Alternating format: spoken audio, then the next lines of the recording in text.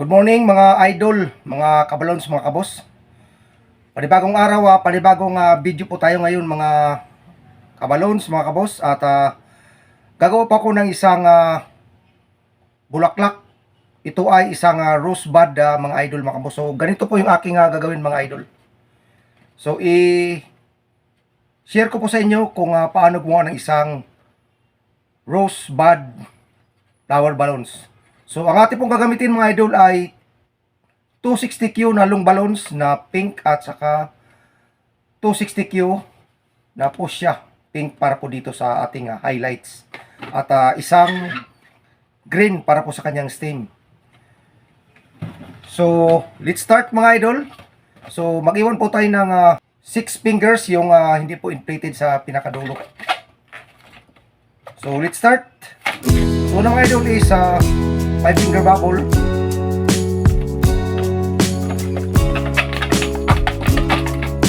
Tapos 1 and 1/2 finger bubble. Tapos gagawin tayo mga ito ulit ito mga kabalons.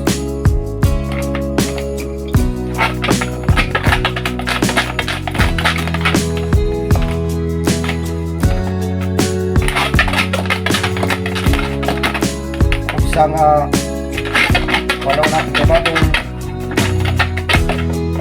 Ulitin lang po natin mga idol.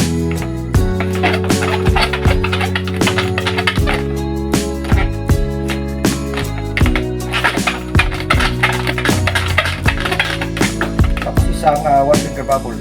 Wala natin bubble. So dapat ganito po mga idol, mga kabalons.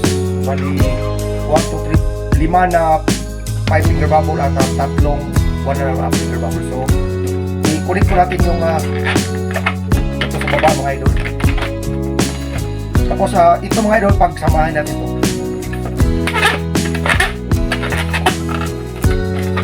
Next guys is, i-dudubli po natin itong maliit na ito. Tignan natin dito. Tapos next naman, ito naman yung gawa. So ulitin lang natin mga idol yung ating ginawa kanina.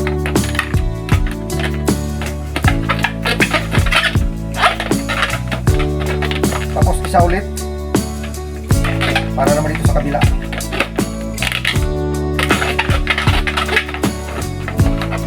Tapos ulit po natin dito. Tapos ito mga idol, i-match natin ito. So same size lang.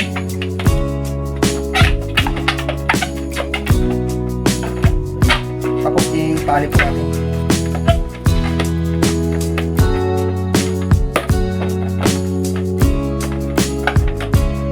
So yung kalalabasan ng mga kabalon size, ganito po yung maging kalalabasan niya. So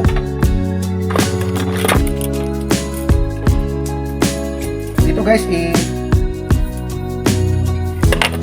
po natin to. Susunod mga idol is pag takpuin natin itong tatlo, takpuin po natin.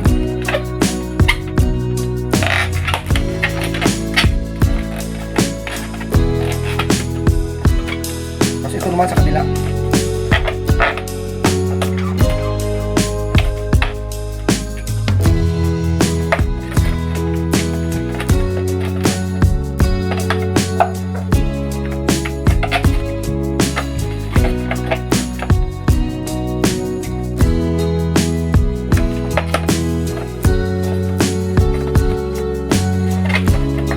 Dito para hindi po talaga kumawala yung hangin. Tapos sa kunting ayos lang mga kabalons. So bali ganito po mangyari mga kapos.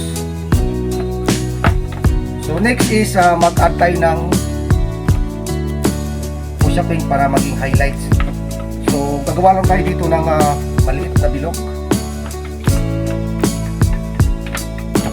Pasok po natin dito mga idol.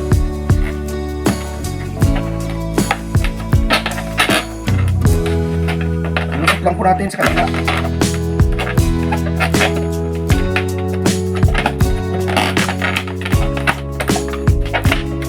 So yan po siya mga kabalons, yung ating maliit na bilog. So i-ano natin, iikot. So next guys, ipapasok po natin dito sa pagitan ng dalawang magkadikit. So natin, press lang po natin ng medyo paralumit siya. Wala po kasi tayong 160, so gumamit lang po tayo ng 260. So kailangan lang po natin na i-press siya para medyo lumit. Tapos ikot po natin dito. Tapos dito po natin ikot pinakalak niya.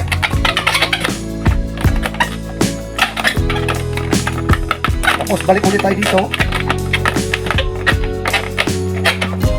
So ganun pa rin mga kabalons, ikot lang para magkaroon ng highlights dito naman sa kabilang side.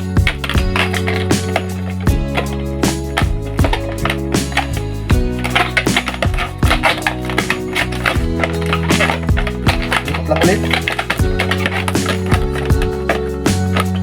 Press lang po para malambot.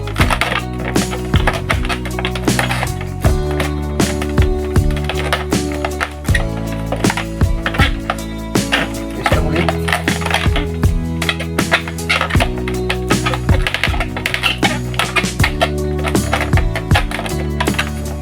So, kunting ayos lang mga idol. Tapos ito mga idol, hindi na po natin ito kailangan.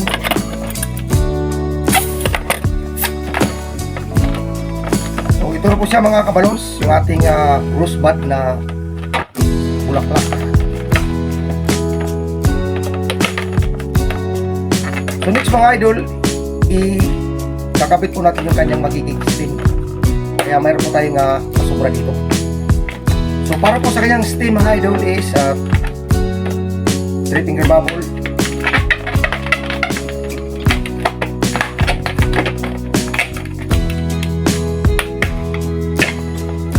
Tapos i-tali lang po natin mga idol.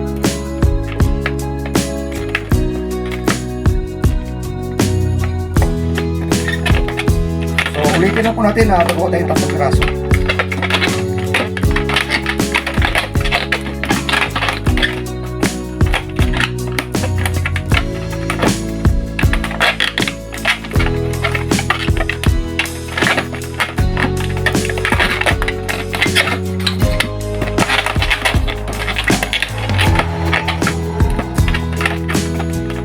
So bali ganito po ang nalalabasan niya mga idol. So next is kabit po natin ito.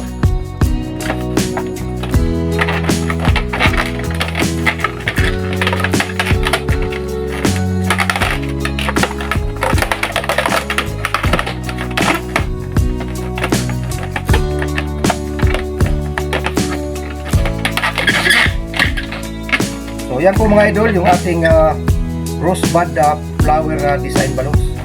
So napakabilis lang, napakadadaling gawin. So sunod mga idol is ikakat natin dito para magpantay siya.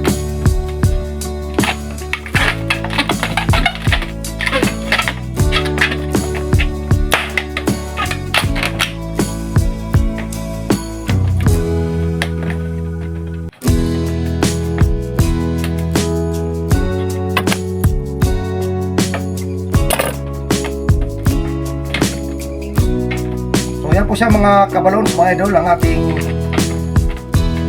flower rose bud balloon. So sana mga idol ay inyo po itong nasundan, inyong nagustuhan yung aking paraan ng paggawa at para makagawa rin po tayo ng ating sariling flower rose design na balloon bud. So thank you for watching guys, at sana ay mayroon po tayong natutunan dito sa ating mga ginagawang balloon design na tutorial video. So maraming salamat po at isang magandang umaga po sa lahat.